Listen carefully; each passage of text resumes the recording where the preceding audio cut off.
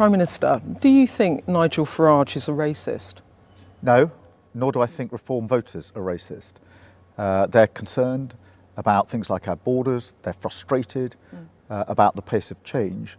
So I'm not for a moment suggesting that they are racist. I was talking about a particular policy and making a distinction, and a really important distinction in my mind, between deporting those who have no right to be here, illegally here, which this government is doing and I agree with, and on the other hand, reaching into migrants lawfully here who've been here for years, working in our hospitals, our schools, and deporting them. Yes. That, to me, would tear our country apart. Picture this. You are Keir Starmer. You have spent the entire election campaign promising voters that you absolutely, definitely, cross your heart, will not rejoin the EU single market or customs union. You win a massive majority partly because Leave voters believe those promises, and then 13 of your own MPs vote to support a Liberal Democrat bill requiring the government to negotiate joining an EU customs union.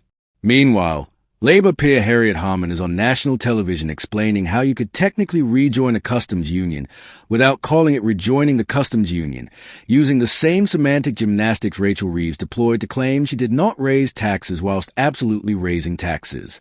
And now Nigel Farage, the man who dragged Britain out of the EU in the first place, is issuing a final warning that if Starmer tries this backdoor Brussels betrayal, there will be political hell to pay. This is not normal policy disagreement. This is Brexit 2.0, the sequel nobody asked for but everyone saw coming, and it is about to tear British politics apart all over again. Quick favor, if you are already hooked on this Brexit resurrection drama, smash that subscribe button and hit the notification bell. Over 94% of you brilliant viewers have not subscribed yet. It is completely free, takes 2 seconds, and genuinely means a world to us here at British Mirror. Cheers if you did. Now, let us dive into this customs union chaos.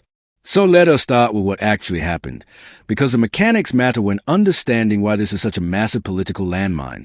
A Liberal Democrat bill, sponsored by their party, required the government to begin negotiations on joining an EU customs union.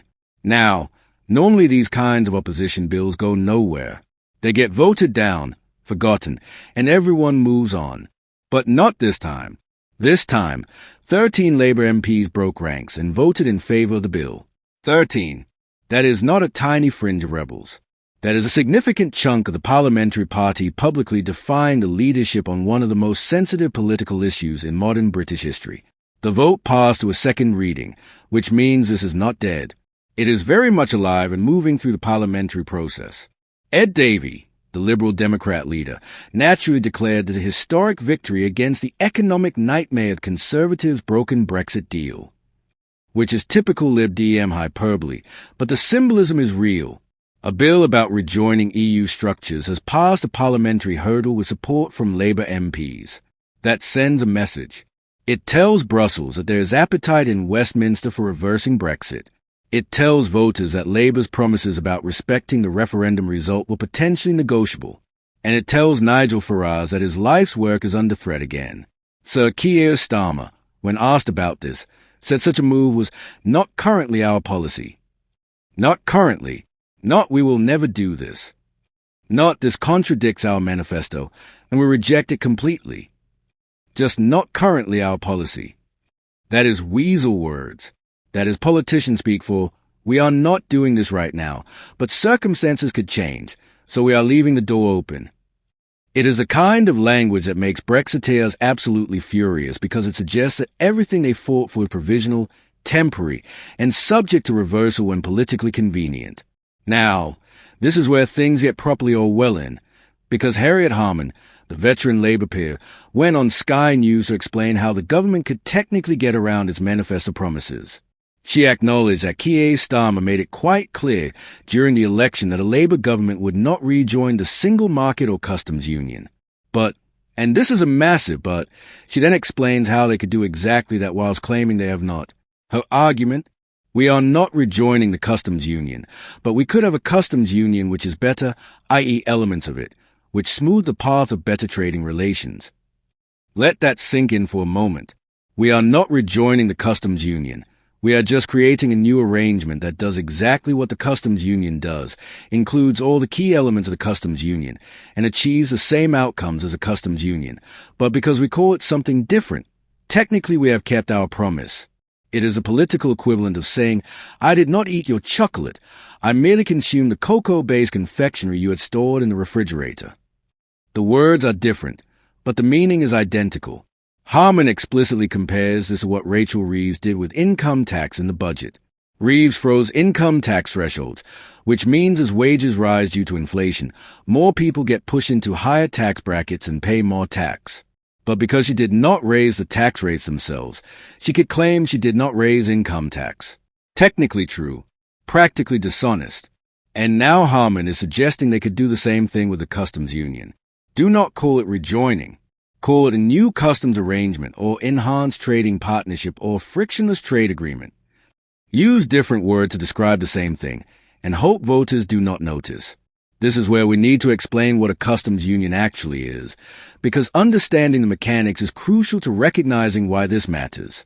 The EU customs union establishes a common external tariff, which means all member countries apply the same tariff to goods imported from outside the union.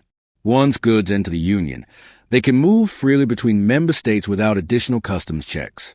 It includes all 27 EU member states plus a few tiny territories, making it the world's largest customs union.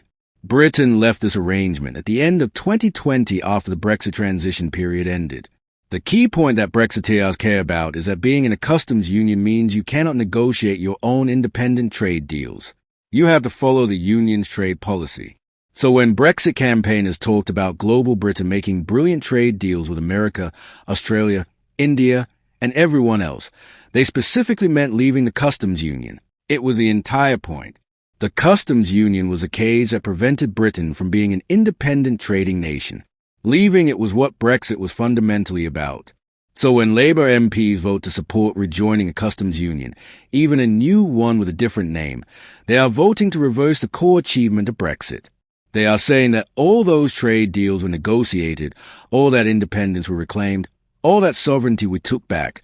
We should give it up and go back to following Brussels trade rules. For Leave voters who believed Labour's promises to respect Brexit, this is the ultimate betrayal. Ruth Davidson, the former Scottish Conservative leader, understands the political implications perfectly. She warned that this proposal would completely arm reform and that politically it is too hard to do, even if economically it looks like a lever that could be beneficial to the country. That is a remarkably honest assessment. She is essentially admitting that rejoining a customs union might be economically beneficial, but it is political suicide. Because Nigel Farage and Reform UK would weaponize it ruthlessly, and Labour's entire Leave voting coalition in the North and Midlands would collapse. Davidson is absolutely right. This is political dynamite. Imagine Reform's campaign materials. Labour promised to respect Brexit. They lied. They are taking Britain back into the EU through the backdoor. Vote Reform to stop the betrayal. It writes itself. Every former Labour voter who reluctantly backed Starmer because he promised not to reverse Brexit would feel completely conned. The political damage would be catastrophic. But here's the uncomfortable truth that nobody in Westminster wants to acknowledge. There are legitimate economic arguments for closer EU trade ties. Britain's trade with Europe has faced significant friction since Brexit. Customs declarations, regulatory checks, and border delays have increased costs of businesses. Some sectors have struggled. Economic growth has been slower than it could have been. So when Remainers argue that rejoining some form of customs arrangement would benefit the economy, they are not entirely wrong. The question is whether the economic benefits justify the political costs and the democratic implications of reversing a referendum result. This is where Harriet Harman's semantic gymnastics becomes so dangerous. Because if the government can claim they have not rejoined the customs union whilst implementing an arrangement that does everything the customs union does, they think they can have it both ways. Economic benefits without political backlash. Closer EU ties without admitting they reverse Brexit. But voters are not stupid. If it looks like a customs union, functions like a customs union, and prevents Britain from negotiating independent trade deals like a customs union, people will recognize it as a customs union regardless of what you call it. The 13 Labour MPs who voted for this bill deserve particular attention because they represent a faction within Labour that never accepted Brexit and has been waiting for an opportunity to reverse it. They believed from the beginning that Brexit was a mistake, that voters were misled, and that eventually circumstances would allow them to undo it. This vote is their opening move. They are testing how much resistance they will face, how many colleagues secretly agree with them, and whether the leadership will tolerate open rebellion on this issue. Keir Starmer is trapped. If he comes down hard on these rebels, he looks authoritarian and risks alienating the Remain wing of his party. If he does nothing, the rebellion grows and more Labour MPs feel emboldened to push for reversing Brexit. If he tries Harman's approach of rejoining without calling it rejoining, he risks electoral annihilation when voters realize they have been conned. There is no good option. Every choice creates political problems. Nigel Farage, watching all this unfold, must feel vindicated. He spent years warning that the establishment would never accept Brexit, that they would spend every moment trying to reverse it, that promises to respect the referendum were meaningless.